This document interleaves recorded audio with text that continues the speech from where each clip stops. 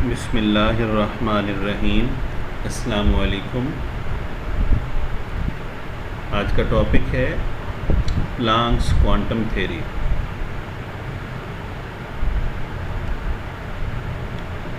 उन्नीस सौ में मैक्स प्लांक ने ये नज़रिया पेश किया था। दरअसल ये थ्योरी रेडिएशन की एब्जॉर्प्शन और एमिशन की वजाहत के लिए पेश की गई। ब्लैक बॉडी कैसे रेडिएशन को एब्जॉर्ब करती है और कैसे एमिट करती है, इसकी वजाहत पहले कोई नहीं कर सका। तो मैक्स प्लांक ने इसकी वजाहत की और कदीम फ़िज़िक्स और जदीद फ़िज़िक्स के दरमियान हद फासिल यही थ्योरी है। अगर इस थ्योरी को निकाल दें तो जदीद फ़िज़िक्स की जो 100 साला रिसर्च है वो यकलख्त ख़त्म हो जाएगी। दूसरे अल्फाज में हम कह सकते हैं क्वांटम मैकेनिक्स की बुनियाद इस थ्योरी पर है। दिस थ्योरी और this revolutionary theory gives the base of quantum mechanics.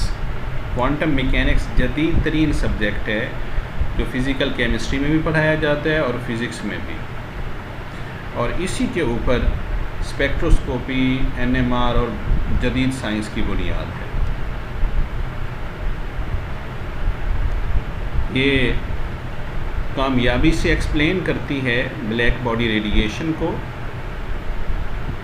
Bohr का एटॉमिक मॉडल भी इसी बुनियाद पे है। फ़ोटो इलेक्ट्रिक इफ़ेक्ट को आइंस्टाइन ने प्लांक्स क्वांटम थ्योरी की बेस पे एक्सप्लेन किया, और हम लाइन स्पेक्ट्रम को भी प्लांक्स क्वांटम थ्योरी के बगैर एक्सप्लेन नहीं कर सकते। इसके मेन निकात क्या हैं? एनर्जी इज़ नॉट एमिटेड और एब्जॉर्ब्ड कंटिन्यूसली। एनर्जी का खारिज होना या जज्ब होना ये मुसलसल नहीं होता। Rather it is emitted and absorbed in a discontinuous manner and in the form of wave packets। ये गैर मुसलसल तरीके से होती है और वेव पैकेट की शक्ल में होती है। Each wave packet is associated with a definite amount of energy। Her wave packet एक फ़िक्स अमाउंट ऑफ एनर्जी पे मुश्तमिल होता है, और वो वेव पैकेट जो फ़िक्स एनर्जी पे मुश्तमिल होगा क्वांटम कहलाएगा। क्वांटम का जमा है क्वांटा। जो भी चीज़ एनर्जी एब्जॉर्ब करेगी वो कम से कम एक क्वांटम एब्जॉर्ब करेगी, या 2 करेगी, या 3 करेगी, या 4 करेगी, एंड सो ऑन। एक से कम नहीं कर सकती, 1.5 नहीं कर सकती, 2.25 नहीं कर सकती, 3.75 नहीं कर सकती। In case of light quantum of energy is called photon. Photon he quantum of energy का नाम है जब एनर्जी हमारे पास लाइट की शक्ल में होगी। सेकंड पोस्टुलेट है इसका, the amount of energy associated with a quantum of radiation is directly proportional to frequency of radiation. Quantum जो कि एनर्जी का पैकेट है, उस क्वांटम की जो एनर्जी होगी वो मुकम्मल तौर पर रेडिएशन की फ्रीक्वेंसी पे डिपेंड करती है और इसके डायरेक्टली प्रोपोर्शनल होती है। फ्रीक्वेंसी अगर ज़्यादा है वेव की तो एनर्जी भी ज़्यादा होगी, और फ्रीक्वेंसी के कम होने से एनर्जी भी कम होगी। E is directly proportional to nu। E is the symbol for energy and nu is the symbol for frequency। E is equal to h nu। Proportionality sign को जब इक्वल से बदला तो प्रोपोर्शनैलिटी कांस्टेंट h आ गया। h दरअसल Planck के नाम पे है और इसको प्लांक्स कांस्टेंट कहते हैं, और इसकी वैल्यू है 6.626 इंटू 10⁻⁻34। ये गलती से 2 बार 10 लिखा गया है, एक को आप स्किप कर देंगे।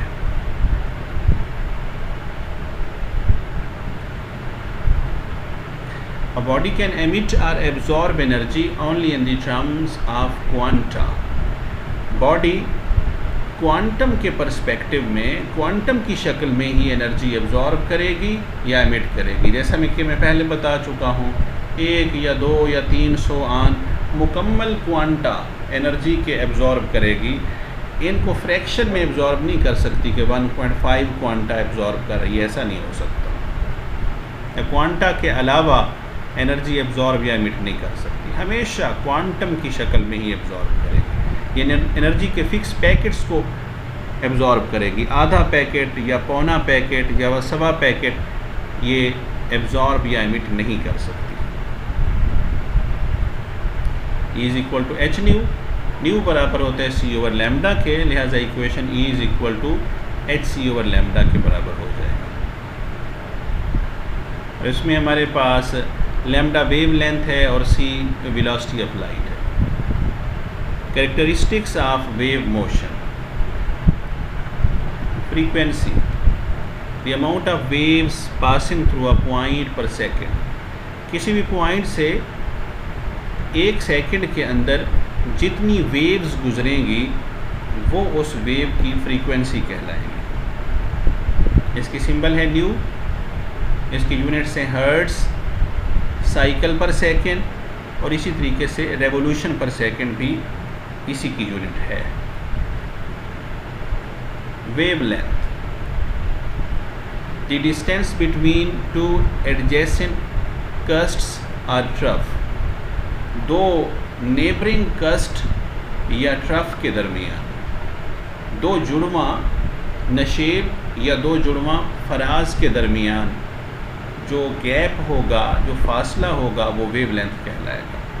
इसकी सिंबल जैसा कि मेंशन है लैम्डा है, और इसकी यूनिट्स नैनोमीटर या एंगस्ट्रॉम या पिकोमीटर वगैरह है, क्योंकि ये बहुत छोटी वैल्यू होती है डिस्टेंस की, इसलिए हम इनको छोटी यूनिट ऑफ लेंथ यानी नैनोमीटर, एंगस्ट्रॉम, पिकोमीटर से ज़ाहिर करते हैं। नैनोमीटर बराबर होता है 10⁻⁹ मीटर के, आप ऑलरेडी इससे फेमिलियर हैं। 1 एंगस्ट्रॉम 10⁻⁻10 मीटर के बराबर होता है, और 1 पिकोमीटर 10⁻⁻12 मीटर के बराबर होता है। ये वेव है आपके सामने, ऊपर 2 कस्ट हैं जुड़वा, इनके दरमियान जो फासला है वो लैम्डा है। और इसके नीचे आ जाएं, जब भी 2 नशेब जो हैं, जो ट्रफ हैं, इनके दरमियान फासला लैम्डा कहलाएगा, वेव लेंथ कहलाएगा। 2 कस्ट के दरमियान हो या 2 ट्रफ के दरमियान, ये होता कांस्टेंट ही है किसी वेव के लिए। राइट साइड पे आप देख सकते हैं कि वेव लेंथ इन्वर्सली प्रोपोर्शनल होती है फ्रीक्वेंसी के। जिस वेव की जितनी फ्रीक्वेंसी ज़्यादा होगी वेव लेंथ कम, फ्रीक्वेंसी अगर कम होगी तो वेव लेंथ बड़ी होगी। सिस्टम इंटरनेशनल यूनिट इसकी मीटर है, क्योंकि ये लेंथ है। और वेव लेंथ जो है ये नेचर ऑफ रेडिएशन पे डिपेंड करती है। डिफरेंट रेडिएशन है डिफरेंट वेव लेंथ, मुख्तलिफ रेडिएशन मुख्तलिफ वेव लेंथ रखती हैं। इसी चैप्टर में आप पढ़ेंगे वेव लेंथ के डिफरेंस से जो रेडिएशन होती है उनका नाम और उनका फंक्शन बदल जाएगा। आगे हम 8 अदद इसके रीजन्स पढ़ेंगे वेवलेंथ की बुनियाद पर। Wave number, number of waves per unit length is called wave number. इकाई लेंथ में वेव्स की तादाद वेव नंबर कहलाती है। 1 कस्ट और 1 टफ मिलकर एक वेव बनाते हैं। तो कितने 100 कस्ट हैं और 100 ट्रफ हैं, तो 1 कस्ट और 1 ट्रफ मिलकर एक साइकिल बनाते थे वो, तो इस तरीके से टोटल 100 वेव्स हो जाएंगी। तो ये इसका वेव नंबर होगा।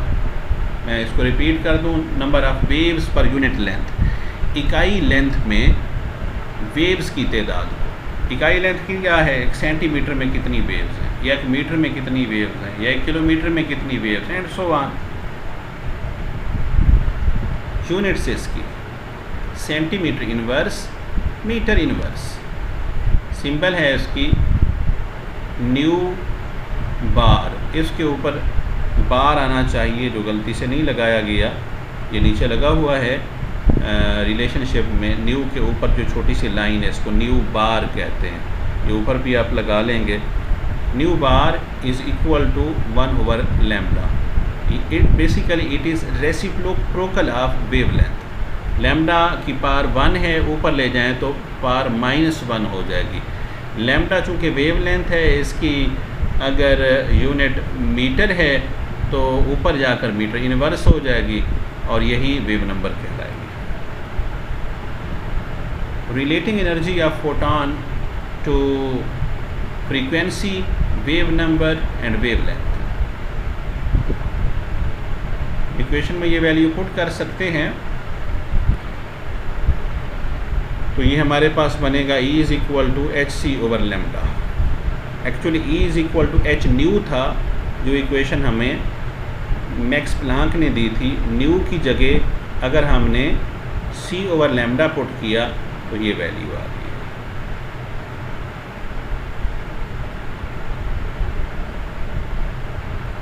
वन ओवर लैम्डा की जगह हम न्यू बार पुट कर सकते हैं, जैसा कि ऊपर टर्म रिलेशन के सामने उसको मेंशन किया गया है।